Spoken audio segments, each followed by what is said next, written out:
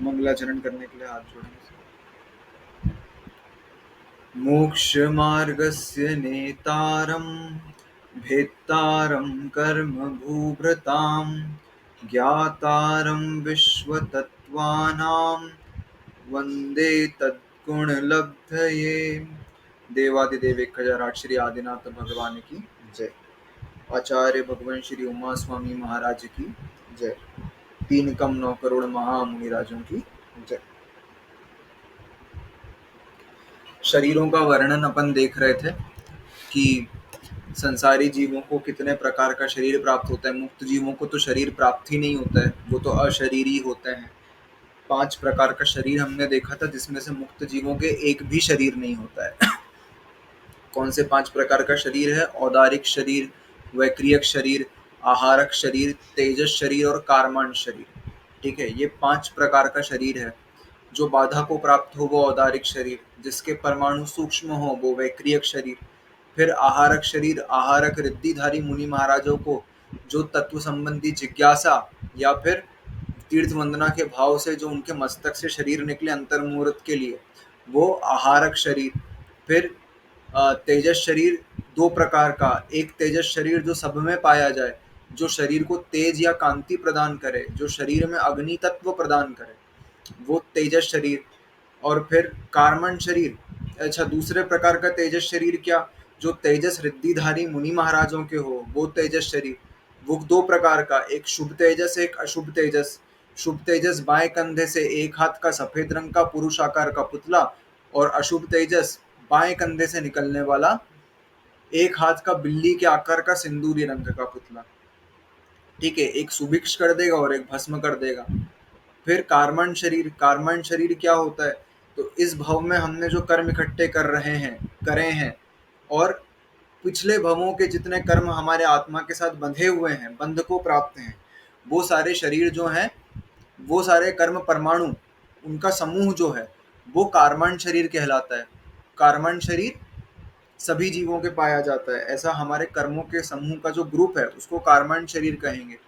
फिर हमने क्या देखा था कि उसके परम परम सूक्ष्म, मतलब वो सूक्ष्म सूक्ष्म होते चले जाते हैं, एक के बाद एक शरीर जो है वो सूक्ष्म होते चले जाते हैं। ठीक है, परमाणुओं की साइज जो है वो कम कम होती चली जाती है। फिर उनकी संख्या कैसी होती है? तो औदारिक शरीर से वैक्रियक शरीर में परमाणुओं की असंख्यात गुणी वृद्धि। फिर वैक्रियक शरीर से आहारक शरीर में परमाणुओं की और असंख्यात गुणी वृद्धि। फिर आहारक शरीर से तेजस शरीर में अनंत गुणी वृद्धि, और तेजस शरीर से कार्मण शरीर में अनंत गुणी वृद्धि। ठीक है, ये क्रम जो है ऐसा रहता है, मतलब सबसे ज्यादा परमाणु जो है वो कार्मण शरीर में पाए जाएंगे। ये हमने परमाणुओं का देख लिया था। फिर इसके बाद हमने कल जो एक सूत्र देखा था, कल 3 सूत्र देखे थे, उसमें से पहला सूत्र था अप्रतिघाते, मतलब जो आखिरी के 2 शरीर बताए हैं वो प्रतिघात को प्राप्त नहीं होते, घात को प्राप्त नहीं होते, कहीं बाधा को प्राप्त नहीं होते। मतलब जो तेजस शरीर और कार्बन शरीर, ये आखिरी के 2 शरीर हैं, ये 3 लोक में कहीं भी बाधा को प्राप्त नहीं होंगे। ये शरीर कहीं भी जा सकते हैं। जैसे आहारक शरीर जो है वो कभी कहीं 2 मत मिलते हैं इसके, कि आहारक शरीर ढाई द्वीप के बाहर नहीं जा सकता, और कुछ आचार्यों ने लिखा है कि ढाई द्वीप के बाहर तो जा सकता है लेकिन तरस नाड़ी के बाहर नहीं जा सकता। 2 मत हैं, अपने को तो दोनों स्वीकार्य हैं, जो भी सत्य हो। ठीक है, लेकिन इन दोनों में से ऐसा है कि उसकी बाधा त्रस नाड़ी तक तो फिर भी मान के चलो कि है, त्रस नाड़ी के बाहर नहीं जा सकता। ऐसे ही वैक्रियक शरीर जो है, वैक्रियक शरीर भी त्रस नाड़ी के बाहर नहीं जा सकता। क्यों नहीं जा सकता है? कारण क्या है? तो कारण ये है कि वैक्रियक शरीर किसके होगा? देव नारकियों के। तो नारकी तो अपने बिल से बाहर नहीं निकल सकते, लेकिन देव यहाँ वहां घूम सकते हैं। तो वो त्रस जीव है ना, वो पंचेंद्री संगी पंचेंद्री जीव है वो। क्योंकि वो संगी पंचेंद्रीय जीव हैं तो वो त्रस जीव हैं। त्रस जीव त्रस नाड़ी के बाहर नहीं पाए जाते, वहां पर सिर्फ स्थावर जीव पाए जाते हैं। इसीलिए आहारक शरीर भी किसके निकला है? मुनि महाराज के। वो भी संगी पंचेंद्रीय हैं। उस आहारक शरीर में भी इंद्रियां होती है, जैसे हमारे शरीर में है वैसा ही। तो इसीलिए वो भी पंचेंद्रीय, तो इस कारण से वो भी त्रस नाड़ी के बाहर नहीं पाया जाता है। लेकिन तेजस शरीर और कार्मण शरीर, ये त्रस नाड़ी के बाहर एक निष्कुट क्षेत्र से दूसरे निष्कुट क्षेत्र, स्थावर जहां पर पाए जाते हैं वहां, फिर जहां पर त्रस पाए जाते हैं वहां, नीचे से लेकर के ऊपर तक 14 राजू, इनको कहीं बाधा नहीं आएगी। ये शरीर, तेजस शरीर और कार्बन शरीर कहीं भी जा सकते हैं बिना बाधा के, इसीलिए इनको बाधा रहित कहा गया। ये शरीर जो है, तेजस शरीर और कार्बन शरीर बाधा रहित हैं, तीन लोक में कहीं भी इनको बाधा नहीं आती है, कहीं भी जा सकते हैं। फिर अनादि संबंधे च, ये जो दो शरीर हैं इन्हीं के बारे में बात हो रही है, ठीक है। ये दोनों शरीर हमारे साथ अनादि काल से हैं, अनादि संबंध है इनका हमसे। कब से हैं? जब से हम निगोद में हैं, निगोद अवस्था में थे अनादि काल पहले, तब से ये शरीर हमारे पास है, तेजस और कारमान, ठीक है। कब तक रहेगा? मोक्ष जाने के पहले अंतिम समय तक, 14वें गुणस्थान के अंतिम समय तक हमारे पास ये शरीर रहेंगे, ठीक है। सबके शरीर पाए जाते हैं ये, केवली भगवान के भी। और कब से पाए जा रहे हैं? अनादि काल से। औदारिक शरीर कैसा होता है कि औदारिक शरीर जैसे हमारी यहाँ पर मरण को प्राप्त हो गए तो औदारिक शरीर यहीं छूट जाएगा। देवों में चले गए अगर तो वहां वैक्रियक शरीर प्राप्त हो जाएगा, या नरक में चले गए कर्मों के अनुसार तो वहां वैक्रियक शरीर प्राप्त हो जाएगा। तो ये औदारिक देह तो छूट जाएगी, या नई वैक्रियक देह मिल जाएगी, फिर वहां की आयु पूर्ण हो गई तो फिर नीचे आएंगे तो फिर औदारिक शरीर नया मिल जाएगा, तो वो वैक्रियक छूट जाएगा। आहारक रिद्धिधारी मुनि महाराज के निकलेगा, हम सबके तो आहारक है नहीं, और उनके भी सिर्फ अंतर मुहूर्त के लिए निकलेगा, ठीक है। लेकिन तेजस और कारमान ये अनादि काल से हैं, और जब तक मोक्ष नहीं जाएंगे तब तक ये हमारे पास रहेंगे। अनादि संबंधे च, मतलब इनका अनादि काल से हमारे साथ संबंध है। फिर सर्वस्य, सबके शरीर पाए जाते हैं ये दोनों, यही दोनों शरीर जो हैं इन्हीं के लिए सूत्र लिखा है सर्वस्य। ये दोनों शरीर सबके पाए जाते हैं। सब कौन? वही निगोदिया से लेकर के केवली भगवान, सबके ये दो शरीर तो पाई जाएंगे, ठीक है। अगर गतियों के हिसाब से लगाए तो मनुष्य त्रियंच गति में औदारिक शरीर, देवनारकी के वैक्रियक शरीर, ठीक है। लेकिन तेजस और कारमान सभी में कॉमन है। जितने संसारी जीव हैं, ध्यान से सुनना, जितने संसारी जीव हैं उनमें अगर कोई दो शरीर कॉमन है तो वो तेजस शरीर और कारमान शरीर है, ठीक है। फिर मोक्ष हो जाए तो ये दोनों शरीर भी छूट जाएंगे, ठीक है। अपन ने ये सूत्र कल देखे थे। अब अपने को अगला सूत्र देखना है आज से नया। अगला सूत्र क्या है? तदादीनि भाज्यानि युगपदे कस्मिन्ना चतुर्भ्यः, ठीक है। तदादीनि भाज्यानि युगपदे कस्या, कस्या लिखा या कस्मन्या लिखा? कस्मन, मैं जो सूत्र बोल रहा हूँ वो सही है, इसमें गलत लिखा हुआ है, देखना। तदादीनि भाज्यानि युगपदे कस्मिन्या चतुर्भ्यः, सूत्र है तदादीनि भाज्यानि युगपदे कस्मिन्ना चतुर्भ्यः। कोई बोलेगा? कनिका दीदी, हाँ बोलो।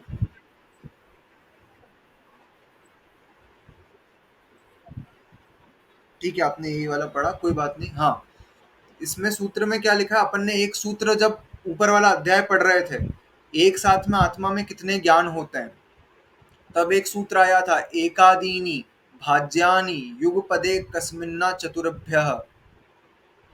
तो एक को आदि लेकर के कितने ज्ञान, चार ज्ञान तक एक साथ आत्मा में हो सकते हैं। ऐसे ही सूत्र इस अध्याय में आया है कि एक साथ कितने शरीर पाए जा सकते हैं, उसके लिए सूत्र है तदादीनी, तत् आदि, उसको आदि लेकर के। किसको आदि लेकर के? जिसके बारे में पिछले सूत्र में बात की जा रही है। किसके बारे में बात की जा रही है? तो तेजस शरीर और कार्बन शरीर की बात की जा रही है, ठीक है।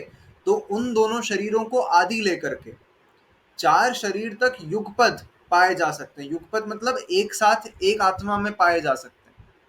एक आत्मा के पास कितने शरीर हो सकते हैं? एक साथ चार।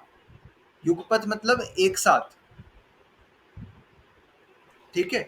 तो उनको आदि लेकर, किनको? ऊपर के दो शरीर, तो तेजस और कार्बन शरीर, मतलब दो शरीर से लेकर के कम से कम रहेंगे तो दो, और अधिक से अधिक रहे तो चार। 4 शरीर आत्मा में पाए जा सकते हैं, बताओ। हम्म।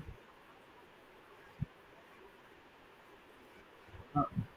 हाँ, वही अपन समझते हैं कैसे होंगे। तो सबसे पहले मिनिमम से स्टार्ट करते हैं। मिनिमम कौन से हो गए? तेजस और कारमान, सिर्फ 2 शरीर। किसके रहेंगे ये? आहारक भी तो हो सकता है। हाँ हाँ, कैसे कैसे बनेगा देखते हैं। ठीक है, तो सबसे पहले मिनिमम से स्टार्ट कर रहे हैं, 2 से। 2 कब बनेंगे? विग्रह गति में। ठीक है, अपन जब हैं, अपनी आयु चल रही है, तब 2 शरीर मिनिमम नहीं बन सकते हैं, तब कम से कम 3 शरीर बनते हैं। जैसे हम हैं तो हमारे औदारिक, तेजस और कारमान, और देवनारकी हैं तो उनके वैक्रियक, तेजस और कारमान। तो औदारिक वैक्रियक कब हटता है? जब विग्रह गति होती है। मतलब जब हम यहाँ से आयु पूर्ण करके दूसरी पर्याय में जा रहे हैं, तो रास्ते में औदारिक भी नहीं है, वैक्रियक भी नहीं है, तो कौन सा बचा? तेजस और कारमान। तो मिनिमम 2 शरीर कब बनेंगे? विग्रह गति में। कौन से 2 शरीर बनेंगे? तेजस और कारमान। ये 2 समझ में आ गए? 2 समझ में आ गए, है ना? ठीक है। 3, 3 कब बनेंगे? तो 3 बनते हैं जब हम संसार में, हमारी चल रही है पर्याय जब, जैसे मैंने समझाया अभी कि हमारे कौन से शरीर हैं? औदारिक, तेजस और कारमान। और देवनारकियों के कौन से शरीर हैं? वैक्रियक, तेजस और कारमान। ये 3 शरीर बन गए एक साथ। 4 शरीर एक साथ। 4 शरीर एक साथ कब बनते हैं? तो देखो, रिद्धिधारी, आहारक रिद्धिधारी मुनि महाराज, ठीक है, उनके कौन कौन सा शरीर बनेगा? बताओ। औदारिक बन जाएगा, आहारक बन जाएगा, तेजस और कारमान। ठीक है, मुनि महाराज के आहारक हो जाएगा। अगर तेजस रिद्धि है तो कौन कौन सा हो जाएगा? औदारिक हो जाएगा, तेजस और कारमान, ये 3 हो जाएंगे। अब सुना है विक्रिया रिद्धि होती है। विक्रिया रिद्धि, विष्णु कुमार मुनि के विक्रिया रिद्धि थी। तो विक्रिया रिद्धि में क्या होता है? जो शरीर है, उसके उसको अपन किसी भी मनचाहे आकार में ढाल सकते हैं। जैसे उनने वामन का वेश धर लिया था, उनको तो ज्ञात भी नहीं था कि उनके विक्रिया रिद्धि है, तो उनने हाथ बढ़ा के देखा तो हाथ बढ़ता ही गया। तब उनको समझ में आया कि विक्रिया रिद्धि है उनके पास। फिर उनने एक वामन का रूप धरा और फिर बड़ा सा आकार कर लिया था, और एक पैर उनने सुमेरु पर्वत पर रखा और दूसरा पैर उनने मानुषोत्तर पर्वत पर रखा। तो तीसरा पग रखने की जगह ही नहीं हुई, है ना? कहानी सबने सुनी है, रक्षाबंधन के प्रकरण पे पढ़ी जाती है। ठीक है, तो विष्णु कुमार मुनि को विक्रिया रिद्धि थी।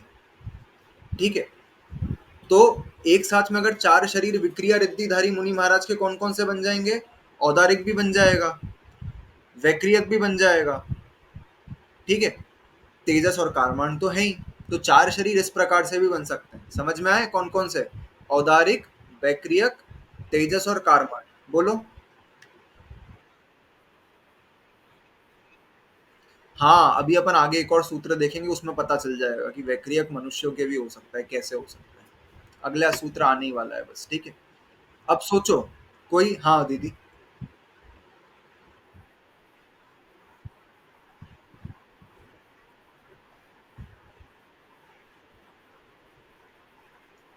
हाँ, बस यही मैं बोल रहा था। अब सोचो कि अगर कोई मुनि महाराज है, उनकी विक्रिया रिद्धि भी है और आहारक रिद्धि भी है, तो उनके क्या पांचों शरीर हो सकते हैं? हाँ, उनके पांचों शरीर हो सकते हैं। ठीक है, लेकिन पांचों शरीर की शक्ति है उनके पास कि वो शरीर को विक्रिया कर सकते हैं, आहारक कर सकते हैं, लेकिन एक बार में एक रिद्धि का ही उपयोग होता है। या तो विक्रिया रिद्धि का उपयोग होगा या फिर आहारक रिद्धि का उपयोग होगा।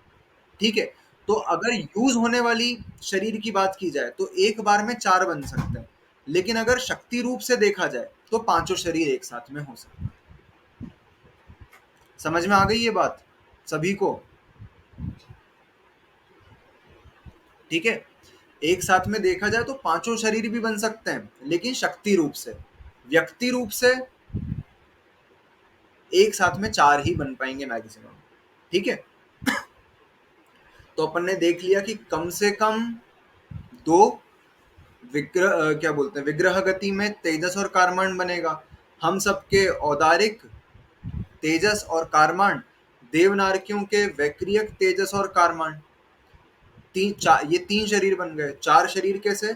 आहारक रिद्धिधारी मुनि महाराज के औदारिक, आहारक, तेजस और कारमांड, और विक्रिया रिद्धिधारी मुनि महाराज के औदारिक, वैक्रियक, तेजस और कारमांड। ठीक है। फिर पांच शरीर की शक्ति तो हो सकती है अगर विक्रिया रिद्धि और आहारक रिद्धि एक साथ हो, लेकिन उनमें से एक रिद्धि का उपयोग एक बार में होगा, इसीलिए व्यक्त होने वाले शरीर एक बार में चार ही बन सकते हैं। हाँ भैया।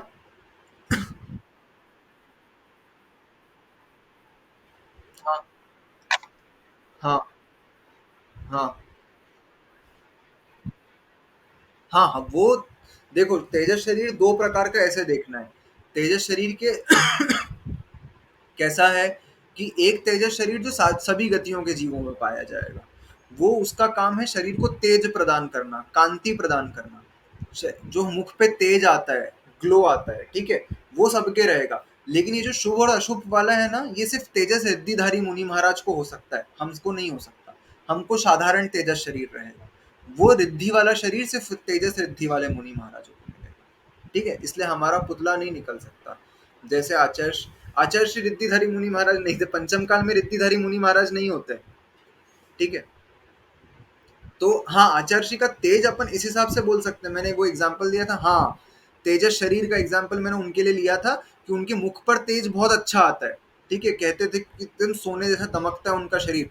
धूप पड़ जाए उनके शरीर पे तो ऐसा लगता है बिल्कुल सोना रखा हुआ हो।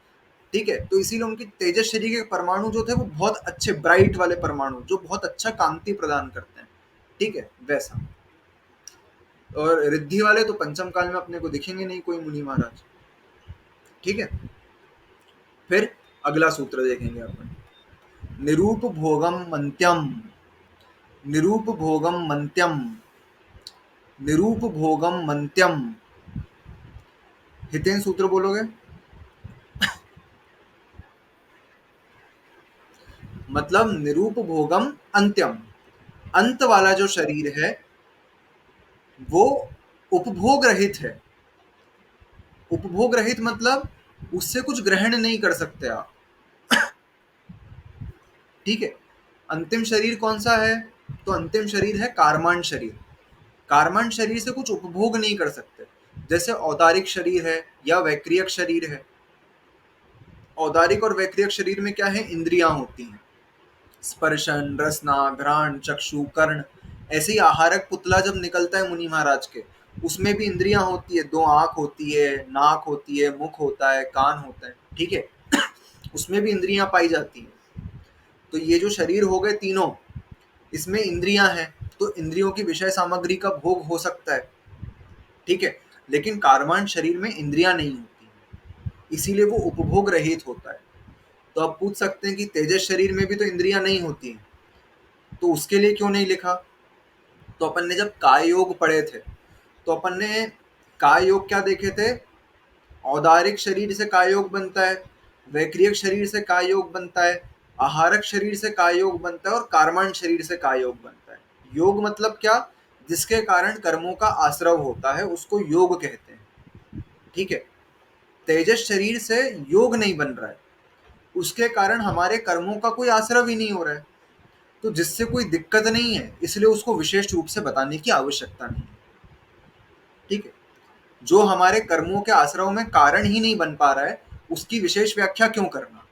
इसीलिए अंतिम सिर्फ कार्मण शरीर के लिए लिखा गया कि वो उपभोग से रहित होता है। नहीं तो तेजस भी उपभोग से रहित है, लेकिन उसके बारे में विशेष वर्णन नहीं किया गया, क्योंकि उससे कर्मों का आश्रव बनता ही नहीं, सिर्फ कार्मण शरीर से बनता है। इसीलिए उसके लिए लिखा गया कि कार्मण शरीर उपभोग से रहित होता है। क्यों?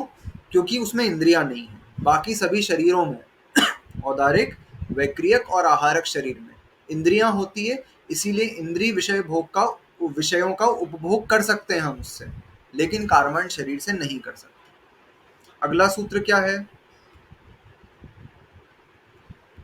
अब अपन देखते हैं कि किस जन्म वाले के कौन सा शरीर मिलता है। ठीक है।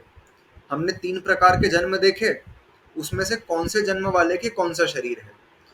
तो अगला सूत्र है गर्भ सम्मूर्छन जन्माद्यम, गर्भ सम्मूर्छनज, हाँ, गर्भ सम्मूर्छनज माध्यम, गर्भ सम्मूर्छनज माध्यम, गर्भ सम्मूर्छनज माध्यम।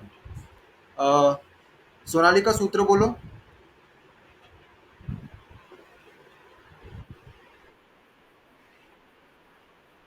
गर्भ सम्मूर्छन आद्यम, गर्भ और सम्मूर्छन जीवों के आदि वाला पहला वाला शरीर मिलेगा। पहला वाला शरीर कौन सा है? औदारिक शरीर। ठीक है, तो गर्भ सम्मूर्छन जन्म किसका होता है? तो एक इंद्री, हाँ। हाँ, सूत्र उन्होंने बहुत ऐसे लिखे हैं कि अपने को डिकोड करना पड़ेंगे उनको।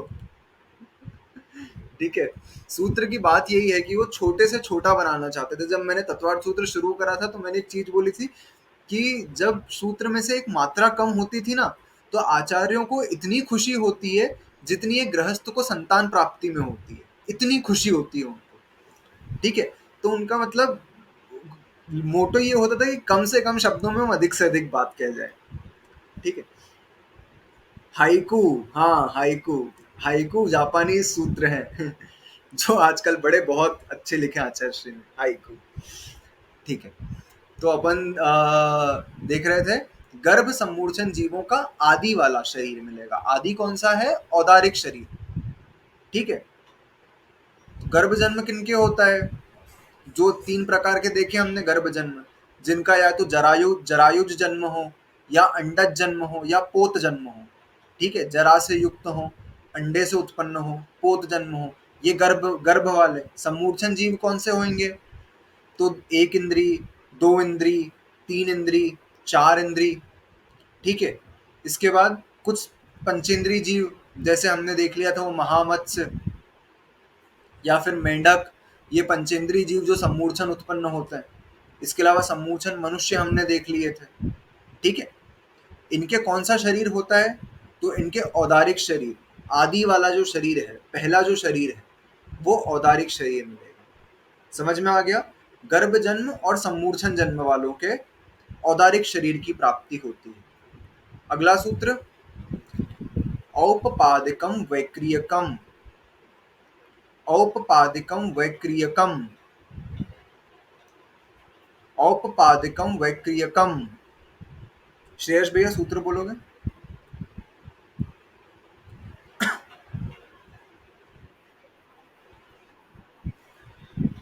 उपपाद जन्म वालों के वैक्रियक शरीर मिलेगा। उपपाद शरीर किसके होता है? तो देव नारकाणाम मोपपाद, ये सूत्र था। देवों और नारकियों का उपपाद जन्म होता है, तो उनको कौन सा शरीर मिलता है? वैक्रियक शरीर। ये हम पहले बार पढ़ चुके हैं। वैक्रियक शरीर किसके होता है? देवों और नारकियों के। विशेष व्याख्या करने की आवश्यकता नहीं है इसमें, सीधी सी बात है, देवों और नारकियों के उपपाद जन्म है, और उनका कौन सा शरीर है? वैक्रियक शरीर है। अगला सूत्र लब्धि प्रत्ययम च, लब्धि प्रत्ययम च, लब्धि प्रत्ययम च। सौरभ भैया सूत्र बोलो।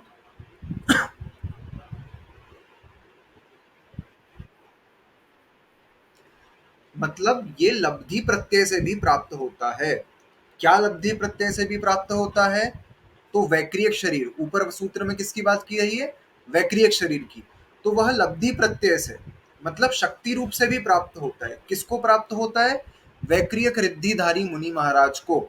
अगर किसी को वैक्रियक रिद्धि प्राप्त हुई है तप के प्रभाव से, तो उसको भी वैक्रियक शरीर प्राप्त हो सकता है।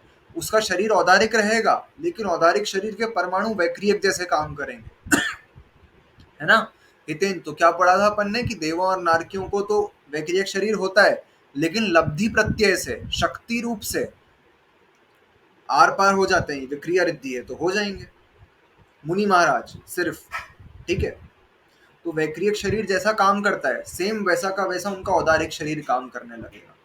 औदारिक शरीर के परमाणु वैक्रियक जैसे काम करेंगे उनके। इसीलिए लब्धि प्रत्यय से, शक्ति रूप से उनको वैक्रियक शरीर भी प्राप्त हो सकता है। ठीक है, अगला सूत्र देखेंगे तेजसमपि, तेजसमपि, तेजसमपि। कनिका दीदी सूत्र बोलो।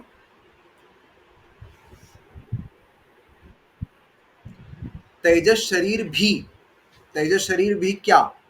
तो तेजस शरीर भी लब्धि रूप से प्राप्त हो सकता है।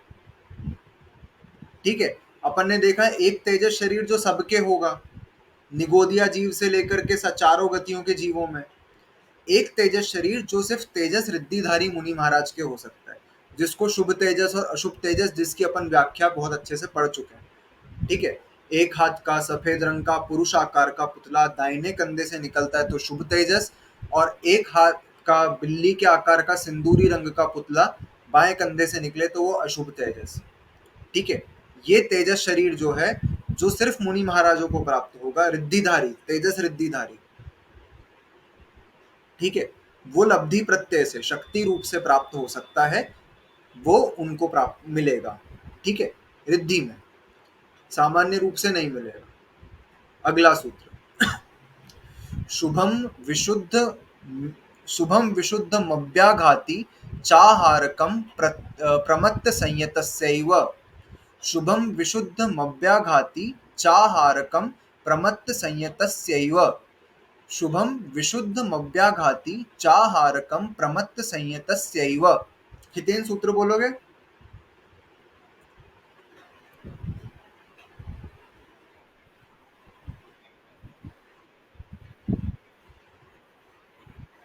ठीक है, शुभम विशुद्ध मव्याघाति चाहारकम प्रमत्त संयतस्यैव। ठीक है, हाँ बोलो एक बार।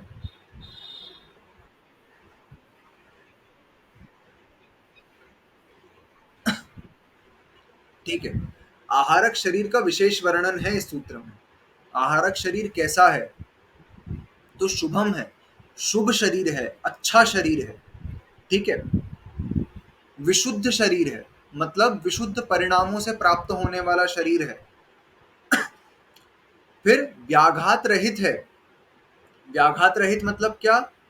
बाधा को प्राप्त नहीं होता जो। कहाँ तक?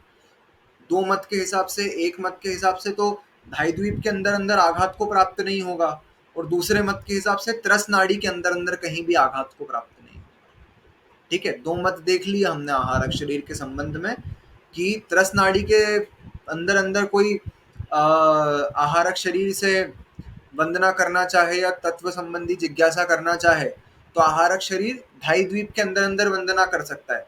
दूसरा मत ये कहता है कि अगर नंदीश्वर द्वीप जाना है सपोज वंदना करने के लिए, तो वो मुनि महाराज के शरीर नंदीश्वर द्वीप भी चला जाएगा, लेकिन त्रस नाड़ी के बाहर नहीं जा सकता। तो त्रस नाड़ी के अंदर अंदर देखा जाए तो वो व्याघात रहित है, मतलब बाधा को प्राप्त नहीं होता। शुभ है, शुभ मतलब अच्छा शरीर है, विशुद्ध शरीर है। विशुद्ध शरीर मतलब जो अच्छे विशुद्ध परिणाम लेकर के हुआ है। जैसे तेजस शरीर जो है वो भी रिद्धिधारी मुनि को ही होगा, लेकिन उसमें हो सकता है कि कभी अशुभ तेजस निकला है तो संक्लेशता के साथ निकला हो। ठीक है, तो उसमें संक्लेशित परिणाम भी हो सकते हैं, लेकिन आहारक शरीर में कभी नहीं होंगे, हमेशा विशुद्ध परिणामों के साथ उस शरीर की रचना होगी। ठीक है, शुभ है, विशुद्ध है, व्याघात रहित है, बाधा को प्राप्त होने वाला नहीं है, ऐसा आहारक शरीर होता है। ऐसा आहारक शरीर होता है। प्रमत्त संयत सैव, प्रमत्त संयत वाले गुणस्थान वालों को होता है। प्रमत्त संयत गुणस्थान छठवा गुणस्थान जो मुनि महाराज का होता है। ठीक है, मुनिराज का छठवा गुणस्थान। तो ये आहारक शरीर कब निकलेगा? छठवें गुणस्थान में। यहाँ पर अपने को ये पता चल गया, सभी मुनियों को नहीं निकल सकता ये, जो छठवें गुणस्थान में है उन्हीं के निकल सकता है सिर्फ। ठीक है, मुनिराज के गुणस्थान 6, 7, 8, 9, 10, 11, 12, 13, 14, 6 से लेकर के 14 ये मुनियों के गुणस्थान होते हैं। तो किनके निकलता है? प्रमत्त संयत गुणस्थान वालों के, मतलब प्रमत्त संयत छठवें गुणस्थान का नाम है, उनके निकलता है। तो आहारक शरीर शुभ है, विशुद्ध है, संक्लेश परिणामों के साथ नहीं निकलता, विशुद्ध परिणामों के साथ निकलता है, व्याघात रहित है, ऐसा आहारक शरीर प्रमत्त संयत गुणस्थान वालों को प्राप्त होता है। ये सूत्र की व्याख्या। ठीक है, आगे चलेंगे। अब लिंग, तो कौन से जन्म वालों को कौन सा लिंग की प्राप्ति होती है। ठीक है, हमने 3 प्रकार के जन्म देखे थे, तो उसमें से कौन से जन्म वालों को कौन से लिंग की प्राप्ति होगी। नारक सम्मूर्छिनो नपुंसकानि, नारक सम्मूर्छिनो नपुंसकानि, नारक सम्मूर्छिनो नपुंसकानि। सोनाली का सूत्र बोलो।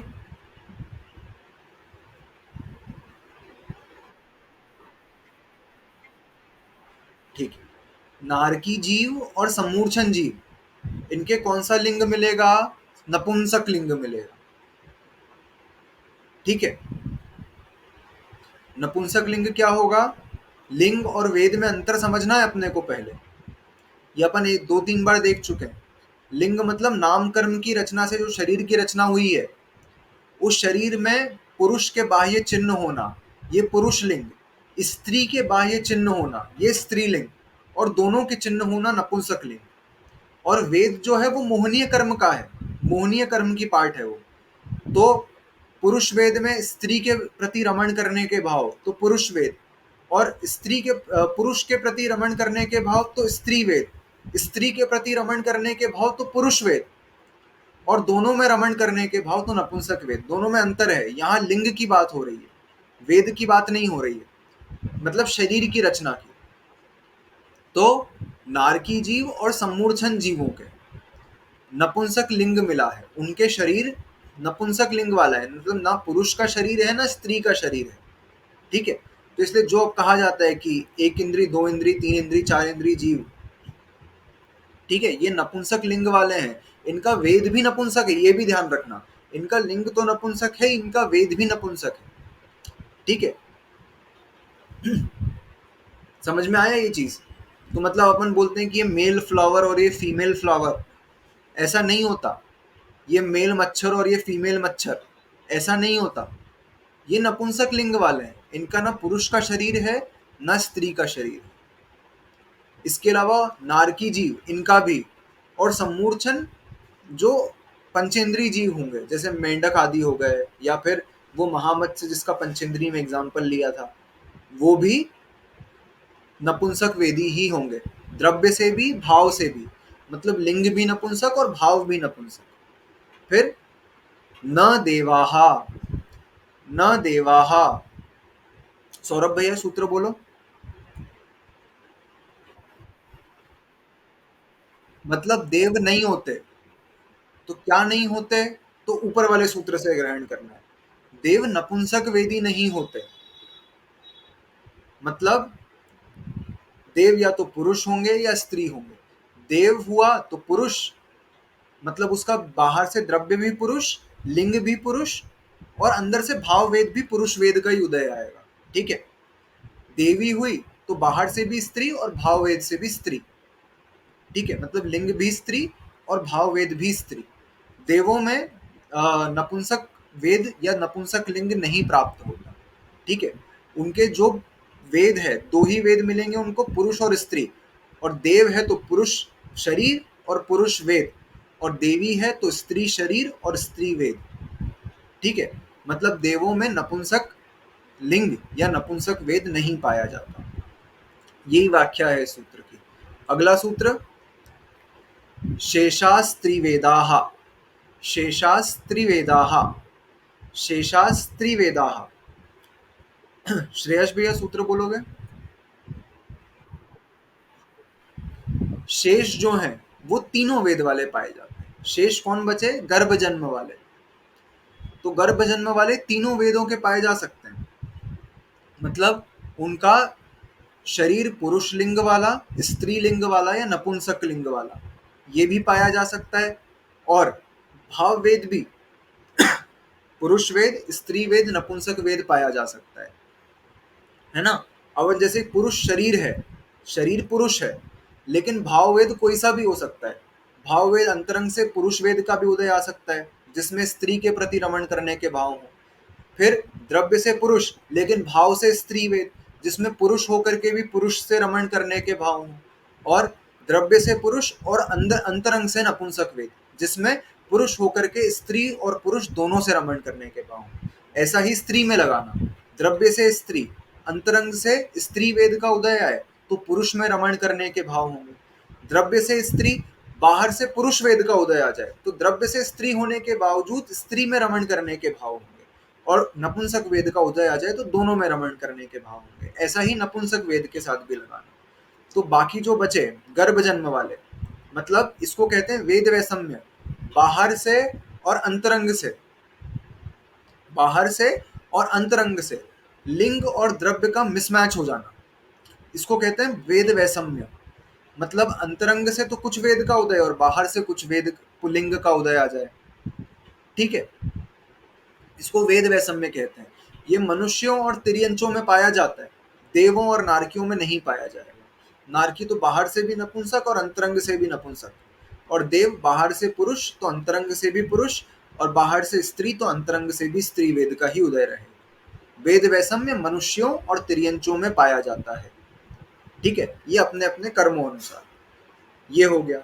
अब इस अध्याय का आखिरी सूत्र है, औपपादिक चरमोत्तम देहा संख्येय वर्षायुषो नपवर्त्यायुषः।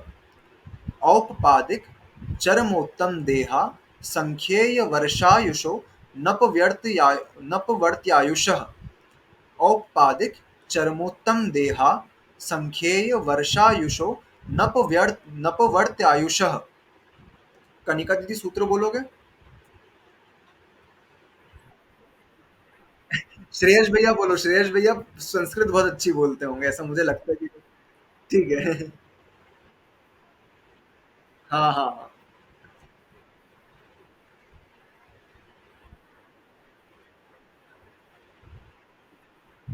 बिल्कुल सही बोला, ठीक है।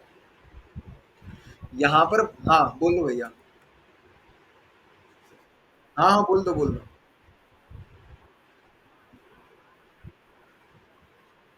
ठीक है।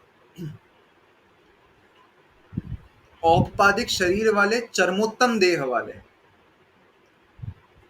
और संख्येय असंख्यात वर्षों की आयु वाले, इनके आयु का अपवर्तन नहीं होता, मतलब इनकी आयु बिना पूर्ण हुए खत्म नहीं होती।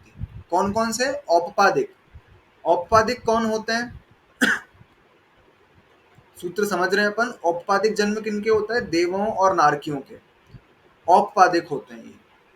चरमोत्तम देहा, जो चरम शरीरी हैं, चरम शरीरी मतलब तद्भव मोक्षगामी, जिनके उसी भव से मोक्ष होना है, जैसे तीर्थंकर हो गए, अथवा महापुरुष जैसे श्री रामचंद्र हो गए थे, हनुमान हो गए, इसके अलावा और भी जो तद्भव मोक्षगामी जीव होते हैं, ऐसे चरमोत्तम देह, चरम शरीर और उत्तम देह, मतलब अच्छा सुंदर शरीर, उत्तम देह जिनको मिली है, जिनका समचतुरस संस्थान है, अथवा वज्रवृषण नाराज सहनन है, ऐसी उत्तम देह जिनको मिली है, मतलब तद्भव मोक्षगामी होने चाहिए वो, ये नियम है, ठीक है, ऐसा समझ लो।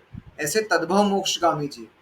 फिर चरमोत्तम देहा, जिनकी असंख्यात वर्षों की आयु है। असंख्यात वर्षों की आयु किसकी होती है? भोग भूमिया जीवों की। अपन लोग कर्म भूमि में उत्पन्न हुए हैं तो अपन कर्म भूमि वाले हैं। भोग भूमि वाले जो होते हैं उनकी असंख्यात वर्षों की आयु होती है। उत्तम भोग भूमि में 3 पल्ले की, जगन्य भोग भूमि में 2 पल्ले की, और सॉरी मध्यम भोग भूमि में 2 पल्ले की, और जगन्य भोग भूमि में 1 पल्ले की। ये असंख्यात वर्षों की आयु होती है इनकी। तो ऐसे असंख्यात वर्ष वाले इन सब के आयु का अपवर्तन नहीं होता, मतलब इनकी आयु बिना पूरी हुए इनका मरण नहीं होता, ठीक है। कैसे समझेंगे अपन? जैसे नारकी जीव जो हैं, वो नरक में कितनी वेदना है? बहुत वेदना, मतलब भूख प्यास की वेदना, सर्दी गर्मी की वेदना, एक दूसरे को मार रहे हैं काट रहे हैं उसकी वेदना, ठीक है, पीने को पानी नहीं उसकी वेदना। तो इतनी वेदना के बावजूद अगर कोई नारकी सोचे कि मैं तो सुसाइड कर लूं तो मैं यहाँ से छूट जाऊं, तो ऐसा नहीं हो सकता। जब तक उसकी आयु पूर्ण नहीं होगी तब तक उसका वो शरीर नहीं छूटेगा, ठीक है। ऐसे ही देवों में भी, देवों का शरीर जब तक जितनी वो आयु लेकर के आया है, मिनिमम मिनिमम 10,000 वर्ष की इनकी आयु होती है, देवों की भी कम से कम आयु 10,000 वर्ष की, नारकियों की भी कम से कम आयु 10,000 वर्ष की। ठीक है, यहाँ एक छोटी सी गलती कर ली और नरक गति का बंद हो गया, तो कम से कम 10,000 वर्ष भुगतना पड़ेगा, और उसके पहले आ नहीं सकते। सूत्र में लिखा है कि उतनी आयु का तो भोग करके आना ही पड़ेगा। ठीक है, जितनी है उतनी का, 10 से ज्यादा का हो गया तो फिर पता नहीं, जितनी है उतनी का। तो औपपादिक मतलब इन दोनों का, देवों और नारकियों का। तद्भव मोक्षगामी जीव, चरम शरीरी, चरमोत्तम देह वाले, क्योंकि उनका उसी भव से मोक्ष जाना फिक्स्ड है। ठीक है, तो वो अपनी आयु पूर्ण करके ही मोक्ष जाएंगे, उसके पहले उनका मरण नहीं हो सकता। जैसे तीर्थंकर, तीर्थंकर कैसे हैं? तद्भव मोक्षगामी जीव होते हैं, उसी भव से मोक्ष जाएंगे, ये पक्का है। तो उस भव से अगर मोक्ष जाएंगे ये पक्का है, तो उसके पहले मरण को कैसे प्राप्त होंगे? ठीक है, अकाल मरण नहीं हो सकता उनके। और किसके नहीं हो सकता? असंख्यात वर्ष वालों के, जिनकी आयु असंख्यात वर्ष की है, ऐसे भोगभूमिया जीव जो भोगभूमि में रहते हैं, उनके अकाल मरण नहीं होता। तो किनका होता है?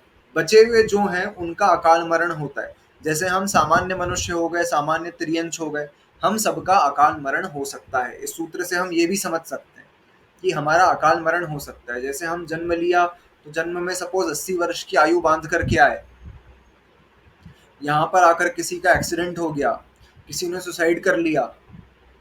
ठीक है, तो 80 वर्ष की आयु थी, सपोज 30 वर्ष में उसका एक्सीडेंट हो गया या उसने सुसाइड कर लिया किसी कारण से, तो वो अकाल मरण कहलाएगा।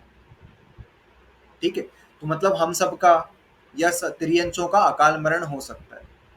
अब किसी ने सुसाइड करा, तो क्या उसका अकाल मरण ही हुआ है? या किसी का एक्सीडेंट हुआ और उसका मरण हो गया, तो क्या उसका अकाल मरण ही हुआ है? नहीं, ऐसा नहीं बोल सकते हम। ठीक है, हमारे ज्ञान का विषय नहीं है ये। अवधि ज्ञानी, मनापर्य ज्ञानी, केवल ज्ञानी, इनका विषय है ये। हमको नहीं पता था क्योंकि कि उसकी आयु कितने वर्ष की थी। हो सकता था कि उसकी आयु 30 वर्ष की थी और उसकी भव्य-तव्यता ऐसी थी कि वो सुसाइड कर ले और उसकी आयु का अंत ऐसे ही होगा। ठीक है, तो हमको नहीं पता था, तो हम नहीं बोल सकते कि उसने 30 वर्ष की उम्र में अगर सुसाइड करा है तो वो अकाल मरण को ही प्राप्त हुआ होगा। हो सकता है उसका पूरा आयु पूरी करके ही मरण हुआ हो। ठीक है, हम तो एक संभावना जता रहे हैं। लेकिन यहाँ से एक बात स्पष्ट ये होती है कि मनुष्यों और तिर्यंचों में सामान्य स्थिति में अकाल मरण हो सकता है, उसको हम नकार नहीं सकते। ठीक है, वर्तमान में एकांत धारा क्या बोलती है कि क्योंकि केवली भगवान ने तो सब पहले से देख लिया, इसलिए कुछ अनिश्चित नहीं होता। ठीक है, अगर हमारा मरण 30 वर्ष की आयु में लिखा है, तो वो मतलब केवली ने ज्ञान में जान लिया था, तो वो होगा ही होगा, तो उसको अकाल मरण नहीं बोल सकते।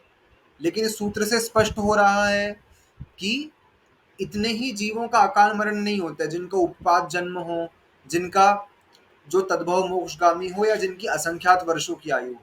बाकी सबका बंधी आयु से पहले भी अकाल मरण हो सकता है, उसको अकाल मरण कहेंगे। ठीक है, और सिर्फ इन्हीं का अकाल मरण नहीं होता। ठीक है, हमारी भी आयु से पहले सामान्य स्थिति में मरण हो सकता है। कैसे हो सकता है? तो गोमटसार जीवकांड ग्रंथ में एक बात आई है कि जो बहुत ज्यादा खाता है ना, उसका आयु से पहले मरण हो जाता है। ठीक है, उसके आयु के निषेक उस खाने को पचाने में खर्च हो जाते हैं। तो इस प्रकार से भी हमारा अकाल मरण होता है। जिनकी बहुत ज्यादा संक्लेश परिणाम होते हैं, उनका भी अकाल मरण हो जाता है। जैसे बहुत तीव्र गुस्सा आता है, या बहुत अधिक हर्ष आदि के भाव होते हैं, या बहुत शोक आदि के भाव होते हैं, तो अटैक आ गया। ठीक है, हाँ, ज्यादा खाने से अकाल मरण हो सकता है। जो आयु के निषेक है ना, वो हमारे जरूरत से ज्यादा खा रहे हैं हम। ठीक है, तो हमारे आयु के निषेक उस खाने को पचाने में खर्च होते हैं, एनर्जी वहां वेस्ट हो रही है। ठीक है, हाँ, तो आयु के निषेक जल्दी खत्म होते हैं। तो सपोज जैसे कोई 80 वर्ष की आयु बांध करके आया था अगर, तो अगर वो बहुत जरूरत से ज्यादा खाता है, तो आयु भले 80 वर्ष की हो, उसके 10 वर्ष के भूख से कम खाना चाहिए लंबे। हाँ, एग्जैक्टली, प्रणब सागर जी ने एक वीडियो में भी बोला है कि भूख से कम खाना चाहिए लंबी उम्र के लिए। लंबी उम्र के लिए क्यों? कि आप जितनी आयु लेकर के आए हो, उतनी तो जियो कम से कम, जितनी बांध करके आए हो उससे बढ़ने वाली तो है नहीं, ये तो पक्की बात है। लेकिन हम अधिक खा करके उसको कम क्यों करें? हम अपनी आयु को उसमें वेस्ट कर रहे हैं अधिक खा करके। ठीक है, एक्सेस नहीं करना, राग आदि भी एक्सेस नहीं करना, क्रोध भी एक्सेस नहीं करना, द्वेष भी एक्सेस नहीं करना, संक्लेश परिणाम भी एक्सेस नहीं करना, जिससे हमारी आयु जल्दी खत्म होती है। ठीक है, हम खाना खा रहे हैं तो हम खाना कैसा खा रहे हैं कि आजकल अशुद्धिपूर्ण खाना है, जैसा भी खाना है उसमें फर्टिलाइजर्स और ये सब चीजें पेस्टिसाइड्स मिली भी आती हैं, तो ये हमारे शरीर को कुछ तो नुकसान पहुंचाती ही पहुंचाती हैं। ठीक है, तो इससे क्या होता है कि उनको खत्म करने में हमारे आयु के निषेक जल्दी जल्दी खत्म हो रहे हैं। तो अगर 80 वर्ष की आयु थी तो 70 वर्ष में ही मरण हुआ, तो बंधी आयु थी उससे तो कम में ही मरण हो गया ना। तो ऐसा भी मरण हो सकता है हमारा। लेकिन इन जीवों का आयु फिर कम नहीं होती है, इनके निषेक जितने हैं उतने उनको जीने ही पड़ते हैं। किन किन को? औपपादिक वालों को, तद्भव मोक्षगामी को, और असंख्यात वर्ष वाले अर्थात भोग भूमिया जीवों को। ऐसा सूत्र में लिखा है। बाकी सब बंधी आयुष्य से पहले भी मरण को प्राप्त हो सकते हैं, ऐसा समझना चाहिए। हाँ,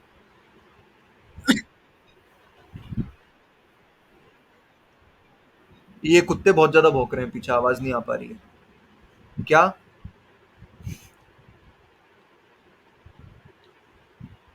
लिख के दे दो।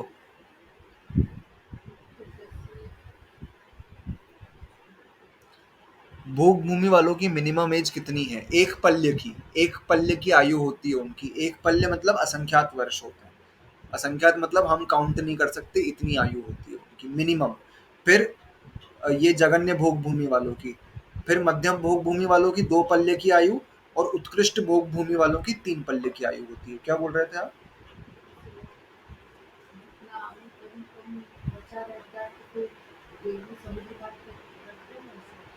वो आयु कर्म नहीं बचा रहता है, वो बाकी कर्मों की स्थिति ज्यादा रहती है और आयु इतनी सी बची रहती है, इसलिए समुद्घात होता है। समुद्घात क्यों करना है? आयु कर्म को बैलेंस करने के लिए समुद्घात नहीं। आयु कर्म तो उनका कम ही है।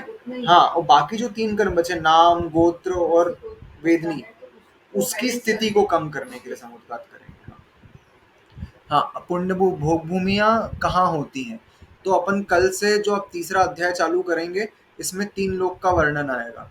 ठीक है, कल से या जैसा भी स्थिति बनती है, क्योंकि कल यहाँ पर महावीर जयंती के फंक्शंस वगैरह होते हैं, परसों भी फिर रहेगा। तो देखते हैं, अगर टाइम मिला तो क्लास कर पाएंगे, नहीं अन्यथा नहीं। लेकिन जब भी तीसरा अध्याय चालू करेंगे, अब उसमें विस्तृत वर्णन आने वाला है 3 लोक के बारे में, ऊर्ध्वलोक, मध्यलोक, अधोलोक के बारे में। ठीक है, तो जब हम ये वर्णन पढ़ेंगे उसमें आएगा भोग भूमियाँ कहाँ होती हैं। और भोग भूमि पुण्य से मिलती है क्या? तो भोग भूमि, हाँ, पुण्य से मिलती है। कैसा पुण्य से मिलती है? सत्पात्रों को दान देने से भोग भूमि की प्राप्ति होती है। सत्पात्र कौन से? महाव्रती, देशव्रती या अव्रती। हमने सत्पात्रों को दान दिया है, तो उस दान के फलस्वरूप हमको भोग भूमि की प्राप्ति होगी। ठीक है, पुण्य ही है एक प्रकार का। भोग भूमि की स्पेशलिटी यह है कि भोग भूमि से जीव नियम से देवगति में जाता है। कोई भी जीव हो, चाहे सम्यक दृष्टि हो चाहे मिथ्या दृष्टि हो, वो नियम से भोग भूमि से देवगति में जाएगा। यहाँ पर अपना अध्याय 2 पूर्ण हुआ। ठीक है, हाँ वही, मतलब इस बार अध्याय में ऐसा हुआ, जैसे सोनालिका भी शुरुआत में नहीं आ पाई, आप महोत्सव के टाइम पे नहीं आ पाए, हितेन की 1-2 क्लासेस मिस हुई है, कनिका दीदी की कुछ हुई थी, उनने कवर कर ली पूरी। सौरभ भैया पंचकल्याणक में थे, वो भी नहीं आ पाए थे कुछ क्लासेस में। तो इस बार यूट्यूब से अच्छा लंबे समय तक टाइम लगेगा आप लोगों को देखने में। तो आप लोग जब रेडी, हाँ भाई, एक बार सब रेडी हो जाओ, उसके बाद मुझे बता देना। सब मतलब सब तो कभी रेडी नहीं होंगे।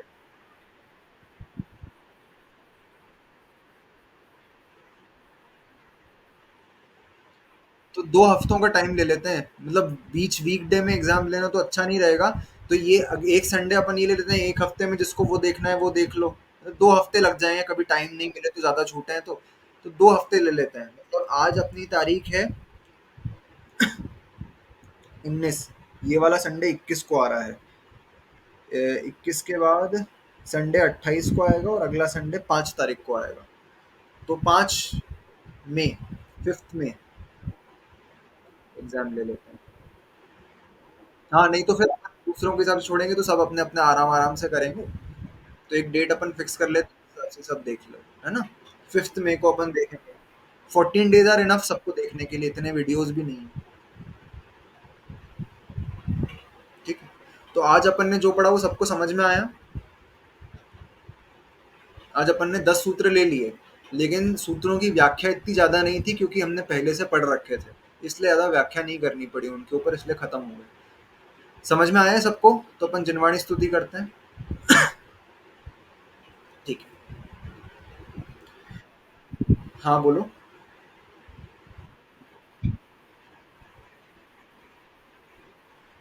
5 इंद्रिय त्रियंच।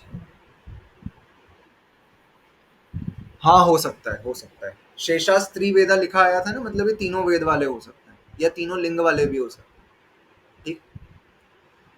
ठीक। शास्त्र पठन में मेरे द्वारा यदि जो कहीं कहीं प्रमाद से कुछ अर्थ वाक्य पद मात्रा छूट गई, सरस्वती मेरी उस त्रुटि को कृपया क्षमा करें और मुझे कैवल्य धाम में माँ विलंब धरें। वांछित फल दात्री चिंतामणि सदृश मात्र तेरा, वंदन करने वाले मुझको मिले पता मेरा। बोधि समाधि विशुद्ध भावना आत्म सिद्धि मुझको मिले और मैं पा जाऊं माँ मोक्ष महासुख को। द्वादशांग जनवाणी मातेश्वरी की जय। काय उत्सव करेंगे सर।